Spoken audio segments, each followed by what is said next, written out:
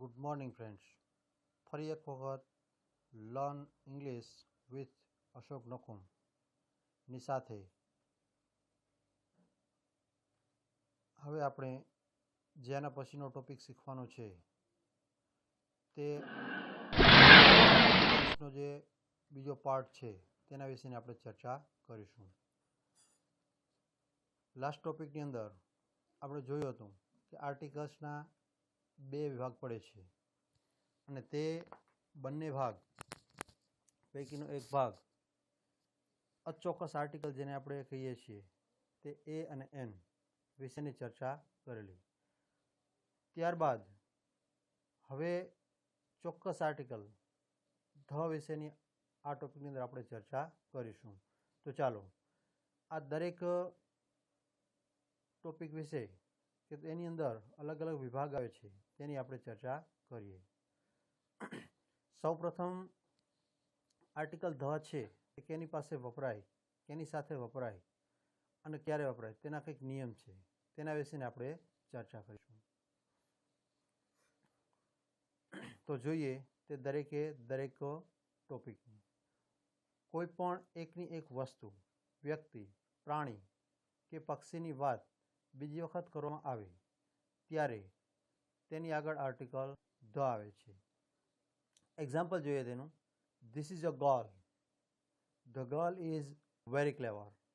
અહીં આપણે જોઈ શકીએ કે નિયમ પ્રમાણે જ્યારે પ્રથમ વખત ગર્લ શબ્દ વપરાયો છે ત્યારે તેની આગળ આર્ટિકલ એ આવ્યું છે, પરંતુ તે જ ગર્લની ફરી વખત જ્યારે ચર્ચા કરવામાં આવેલી છે ત્યારે તેની આગળ આર્ટિકલ એ આવવાને બદલે આર્ટિકલ ધ આવ્યો છે. તે જ પ્રમાણે બીજું example, that is a garden. The garden is attractive. અહીં પણ તે જ નિયમ. પ્રથમ વખત એ આર્ટિકલ આવ્યું છે જ્યારે બીજી વખત આર્ટિકલ ધ વપરાયો છે. ત્યારબાદ મહાસાગર, અખાત, સમુદ્ર અને ખાડીઓના નામની આગળ આર્ટિકલ ધ આવે છે. Example, the Indian ocean, the Hind મહાસાગર, ધ બાય ઓફ બેંગાલ. આ રીતે જે આપણી સમક્ષ આ કોઈ પણ 3-4 પૈકીના નામ આવે તો ખાસ યાદ રાખવાનું છે કે તેની આગળ આર્ટિકલ ધ આવે છે. વિશ્વની અજાયબીઓના નામની આગળ આર્ટિકલ ધ વપરાય છે. એક્ઝામ્પલ છે the Taj Mahal, the wall of China, the Eiffel tower. આ જ પ્રમાણે કોઈ પણ આના સિવાયની જે અજાયબીના નામ આવે તો ત્યારે પણ આર્ટિકલ ધ વપરાય છે. તે ખાસ ધ્યાનમાં રાખીશું આપણે. નદીઓ, પર્વતો, હારમાળો, રણ અને નહેરોના નામની આગળ આર્ટિકલ ધ આવે છે. The Ganga, the Yamuna, the Machchhu. આ જે છે તે આપણે જોયું નદીઓના નામની આગળ આર્ટિકલ ધ મૂકવામાં આવ્યું છે. ત્યારબાદ પર્વતમાળા હોય, કોઈ પણ પર્વત હોય તો તેની આગળ પણ આર્ટિકલ ધ આવે છે. ધ હિમાલયા.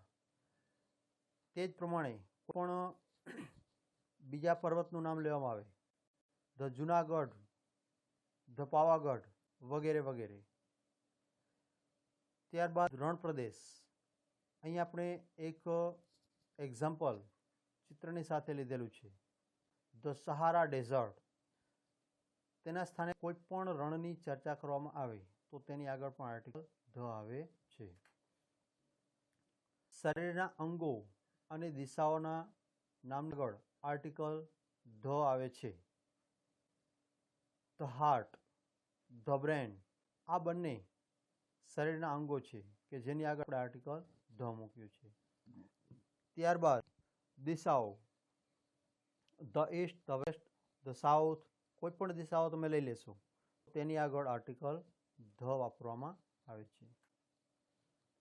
ત્યારબાદ કોઈ શબ્દ અથવા તો વિશેષણ આખી જાતિનું પ્રતિનિધિત્વ કરતો હોય ત્યારે આર્ટિકલ ધ વપરાય છે. અહીં કહેવામાં આવ્યું છે કે કોઈ એક શબ્દ છે આખી જાતિનું, એટલે માત્ર એક જ વ્યક્તિ કોઈ પણને ચર્ચા કરતા નથી, પરંતુ સંપૂર્ણ જાતિનો જે ઉલ્લેખ કરે છે તેની આગળ આર્ટિકલ ધ વપરાય છે. તેમાં કોઈ એક પ્રાણી, વ્યક્તિ, પક્ષી, ફળ કે ફૂલનો નહીં પણ તેના આખા વર્ગનો સમાવેશ થાય છે. એક્ઝામ્પલ જોઈએ: the black, the tiger, the teacher, the blind, the sparrow. અહીં જે આપણે એક્ઝામ્પલ જોયેલા છે તે દરેક એક્ઝામ્પલની અંદર કોઈ એક જ ની ચર્ચા નહીં પરંતુ સંપૂર્ણ સમૂહ એટલે કે આખી જાતિનો સમાવેશ તેમાં કરવામાં આવ્યો છે, આખા વર્ગનો તેમાં સમાવેશ કરવામાં આવે છે.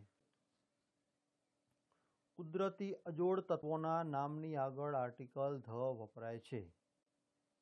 કુદરતી વસ્તુઓ ની આગળ આર્ટિકલ ધ વપરાય છે તે ખાસ ધ્યાનમાં રાખીશું આપણે. એક્ઝામ્પલ છે: the earth, the sun, the moon, the Titan, the Pluto. આ પ્રમાણે કોઈ પણ કુદરતી વસ્તુઓ છે કે જેને અજોડ કહેવામાં આવે છે, કે જેના જેવું બીજું કોઈ ન મળે, તેની આગળ આર્ટિકલ ધ વાપરવામાં આવે છે. ધર્મગ્રંથોના નામની આગળ આર્ટિકલ ધ વપરાય છે. કોઈ પણ ધર્મગ્રંથ લઈ લઈએ તો તેની જ્યારે ચર્ચા કરવામાં આવે તો તેની આગળ આર્ટિકલ ધ વપરાય છે. The Gita, the Ramayana, the Bible, the Quran, the Avesta વગેરે કોઈ પણ ધર્મના પુસ્તકોની ચર્ચા કરવામાં આવે તો ત્યારે આર્ટિકલ ધ વપરાય છે. વર્તમાન પત્રોના નામની આગળ આર્ટિકલ ધ આવે છે. કોઈ પણ વર્તમાનપત્રો ની ચર્ચા કરવામાં આવે ત્યારે આર્ટિકલ ધ આવે છે, તો ખાસ ધ્યાનમાં રાખીશું. એક્ઝામ્પલ: ધ સંદેશ, the Divya Bhaskar, the times of India, the Indian express વગેરે વગેરે.